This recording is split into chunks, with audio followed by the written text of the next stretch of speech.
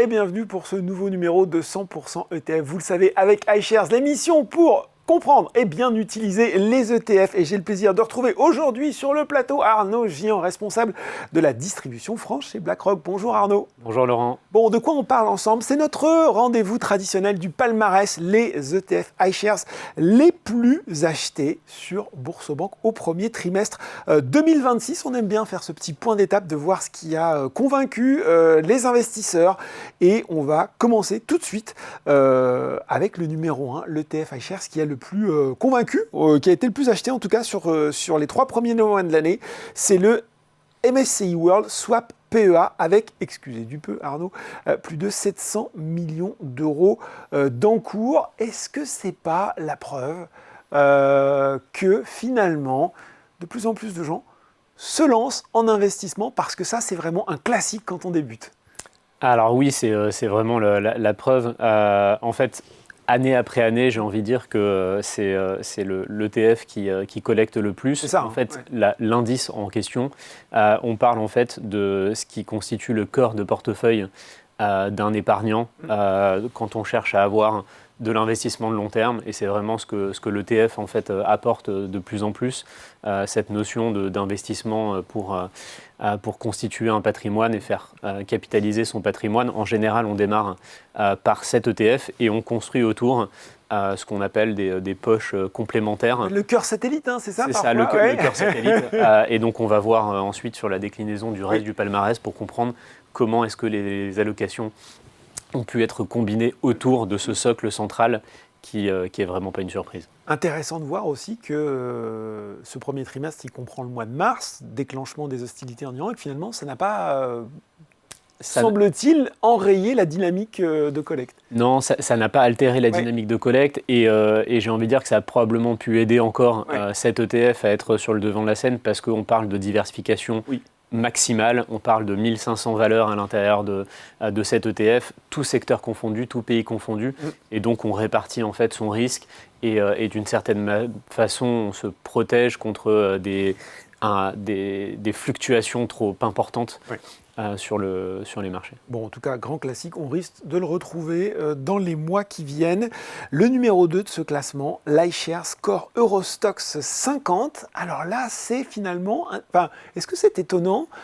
Conviction européenne, finalement, des investisseurs qui se sont placés sur l'indice des 50 plus grandes capitalisations européennes. Alors, ça peut être étonnant. Oui. En fait, ça ne l'est pas pour nous, parce que depuis un an, on a vu en fait un phénomène d'arrêt, on va dire, du tout Amérique. Pendant 2 décennies, on a vu en fait tout le monde se focaliser sur les États-Unis, avec une croissance très importante, avec du coup des grandes valeurs qui ont bénéficié en fait de vents porteurs, notamment sur la technologie, et donc représenté un poids significatif dans le fameux MSCI World qu'on a évoqué. C'est plus de 70% en fait de la pondération qui est dirigée aux États-Unis, et depuis en fait un an, depuis notamment ce qu'on a appelé le Liberation Day, depuis que Trump a... Les tarifs douaniers aussi. Les tarifs douaniers qui ont été mis en place.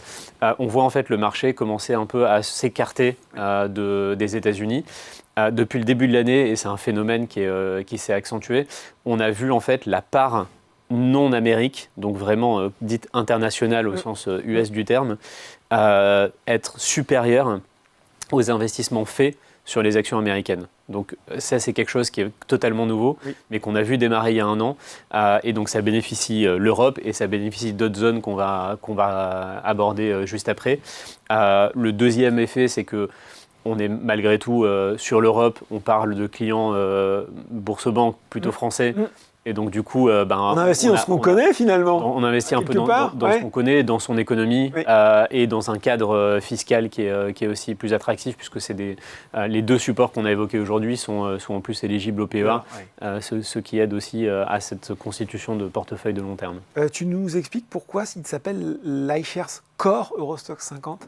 Parce qu'en fait, on a identifié un certain nombre d'indices et d'ETF qui sont très utiles dans la constitution d'un portefeuille de long terme. Donc en fait, ce sont des briques cœur de portefeuille. Voilà, ça aussi. dans lequel en fait on peut se projeter Oui.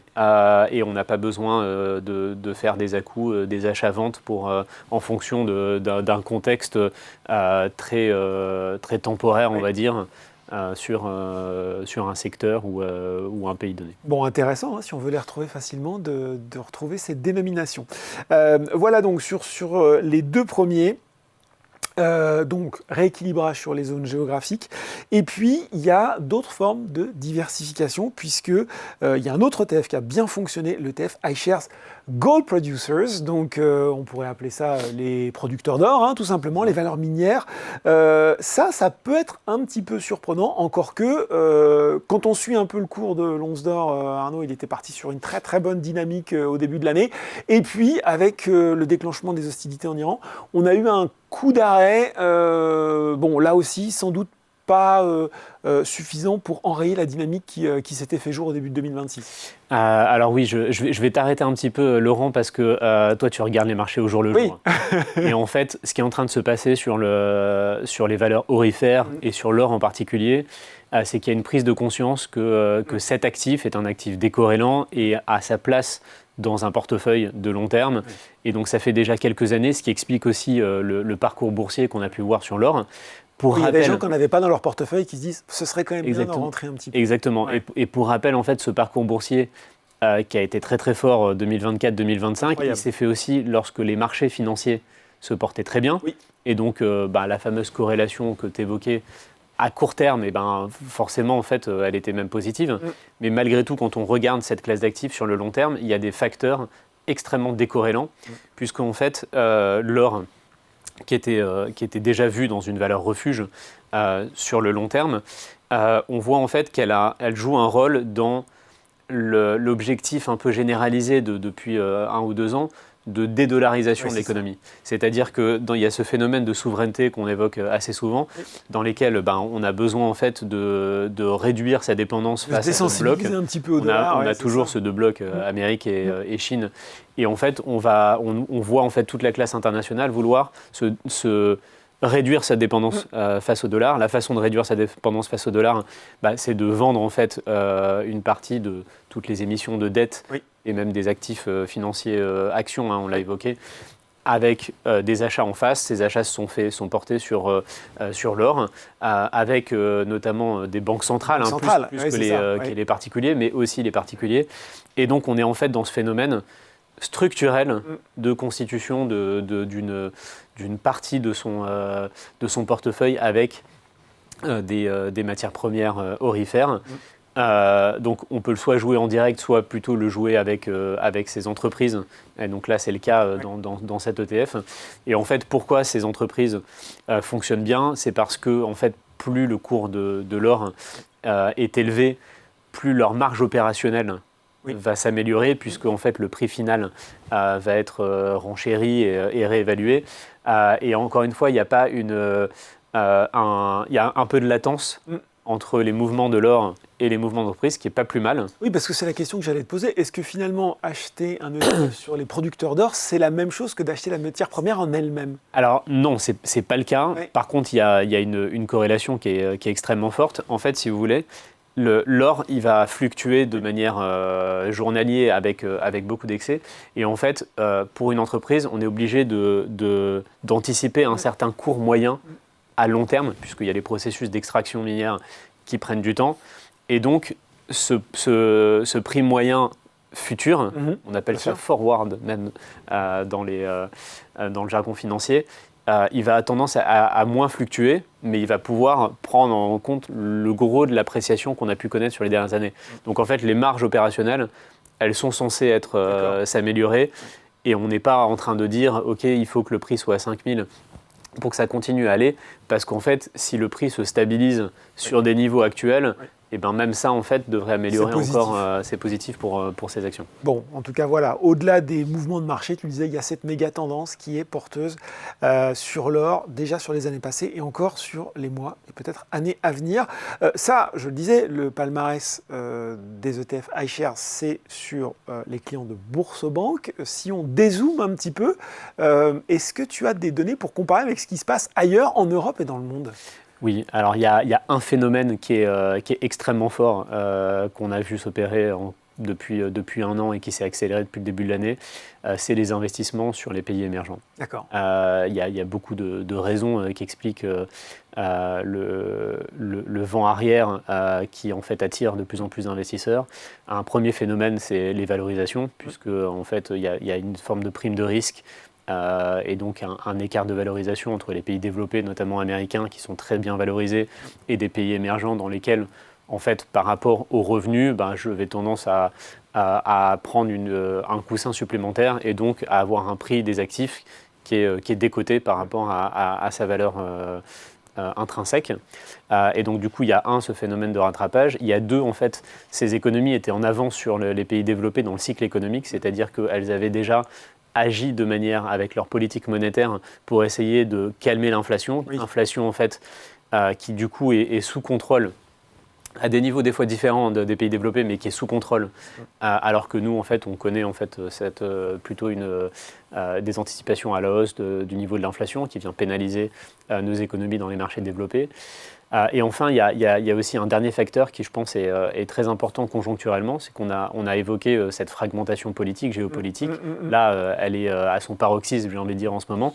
Et en fait, les pays émergents sont un peu neutres, on va dire, politiquement. En fait, elles arrivent à tirer parti de ces tensions pour avoir à la fois des chaînes d'approvisionnement qui ne sont pas trop coûteuses et trop impactées par ce qui est en train de se jouer, parce que en fait c'est un phénomène, on a évoqué avant les chaînes d'approvisionnement qui sont redessinées après Covid, avec cette notion de souveraineté, et en fait il y a un phénomène qui s'appelle le friendshoring ou le nearshoring, en disant finalement je vais nouer des partenariats avec mes pays limitrophes, avec des pays qui sont plus ou moins alliés, et en fait en cela les pays émergents sont plutôt un peu plus neutre.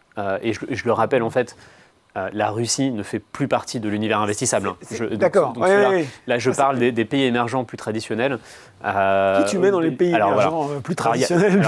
Il y a une partie Amérique du Sud, qui en fait se trouve être en plus de ça plutôt exportateur de matières premières. Oui. Au Brésil, notamment sur le pétrole. En fait, dans ces tensions inflationnistes qu'on a vu se dessiner en fait depuis déjà 3-4 ans, bénéficie très largement de cette conjoncture. Et aujourd'hui, on a du mal à voir un coup d'arrêt, même si de temps en temps il y a des secousses sur la partie pétrole. Mais donc, et la partie pétrole, il y a une partie agriculture qui est assez forte aussi. Donc c'est vraiment matière première au sens large, et donc une économie qui bénéficie de cela.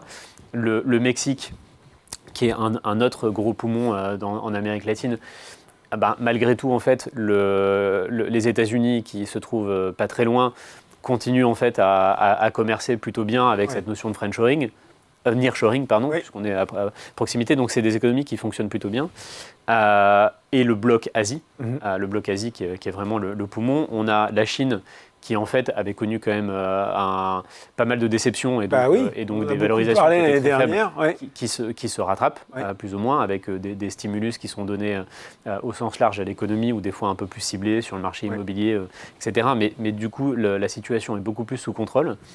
Il y a la partie Asie du Sud, Corée-Taïwan, qui, elle, bénéficie, mais dans ses grandes largeurs, sur la vague les technologique. semi-conducteurs, l'IA, voilà. Exactement, vous avez la Corée avec son fleuron Samsung qui a extrêmement bien fonctionné. Vous avez TSMC qui, en fait, rivalise avec les gros des semi-conducteurs américaines. Et donc, en fait, vous avez un phénomène d'irrigation qui, en fait, tire toutes ces économies vers le haut, et donc le reste de la cote, on va dire, de ces pays, qui fonctionne du coup très très bien, et qui, du coup, attire lorsqu'on a ce phénomène que j'évoquais vraiment, qui est l'axe central de relocalisation, ou en tout cas de réduction de dépendance face au phénomène de concentration Amérique qu'on va retrouver dans les grands indices qui constituent le cœur de portefeuille. Donc on répartit les risques. Indice coréen qui a récemment d'ailleurs battu un record. Une question quand même, Arnaud, deux choses. On sait que beaucoup de ces pays, notamment en Asie, sont importateurs de matières premières, notamment de pétrole. Et de deux, quand le contexte géopolitique est tendu, comme c'est le cas actuellement, on a plutôt tendance à rapatrier les dollars vers les États-Unis, ce qui apprécie le billet vert, ce qui en général n'est pas bon pour les émergents. Qu'est-ce que ça nous dit peut-être de la tendance à venir dans les mois qui viennent? Alors, le parcours boursier des économies émergentes est très lié au dollar, notamment parce que leur financement se fait beaucoup en dollars, encore actuellement. Et en fait, si je dézoome un petit peu, on est quand même sur une situation où le dollar a été plutôt affaibli de par ces phénomènes depuis l'élection de M. Trump. Et donc, on est encore dans ce phénomène où les économies sont plutôt boostées d'un point de vue émergent par un dollar qui n'est pas encore très très cher. On a un épiphénomène qu'on a pu voir sur les derniers mois dans lequel le dollar s'est mieux comporté parce que effectivement, on est encore dans ce phénomène avec cette vision de valeur refuge du billet vert, comme vous évoquiez. Et en fait, ce qu'on a vu, c'est qu'effectivement, il y a eu cet épiphénomène où, dans l'incertitude, on a acheté plutôt des obligations d'État à court terme, un peu dans cette logique de valeur refuge en attendant de voir ce qui est en train de se dessiner. Et donc, ça a alimenté en fait un renchérissement du dollar qui vraiment ponctuellement pèse un petit peu sur on va dire, sur les émergents. Mais pas tant que ça. Mais pas tant que ça, parce qu'en fait, sur la vision globale, elles sont beaucoup mieux loties, j'ai envie de dire, qu'il y a 12 mois ou qu'il y a 24 mois. Bon, c'est la question d'ailleurs que j'allais te poser. Tu parlais d'obligations. Il n'y en a pas dans notre classement palmarès aux banques. Est-ce que c'est la même chose dans le reste du monde? On a l'impression que l'actif obligataire est un petit peu absent de ce palmarès. Alors en fait, je vais faire une petite distinction. C'est qu'on a la classe des investisseurs particuliers qui ont tendance plutôt à investir sur le marché action et à faire différemment pour gérer leur poche un peu sécuritaire, on va dire. Un peu sécuritaire, avec d'autres typologies d'enveloppes. Et donc, dans ce périmètre action, dans cette construction de portefeuille, c'est pour ça en fait, qu'on voit principalement des ETF actions. Si on regarde, en fait, les ETF, ça sert aussi comme support d'investissement pour les grands institutionnels de ce monde. Et eux, en fait, ont plutôt, pour certains d'entre eux, en tout cas, pris effectivement. Qu'est-ce qu'ils sont allés chercher alors? Non, mais en fait, des valeurs plus défensives que j'évoquais. En fait, quand on regarde le marché obligataire, souvent on dit que le marché obligataire il est moins volatile et il vient en fait compenser des aléas de marché et de la volatilité. En fait, c'est vrai que si on parle d'emprunt, donc d'émissions obligataires à court terme, parce que si j'emprunte sur 25 ans, le risque il est quand même un peu plus élevé. Et donc là en fait on a vu des maturités très courtes.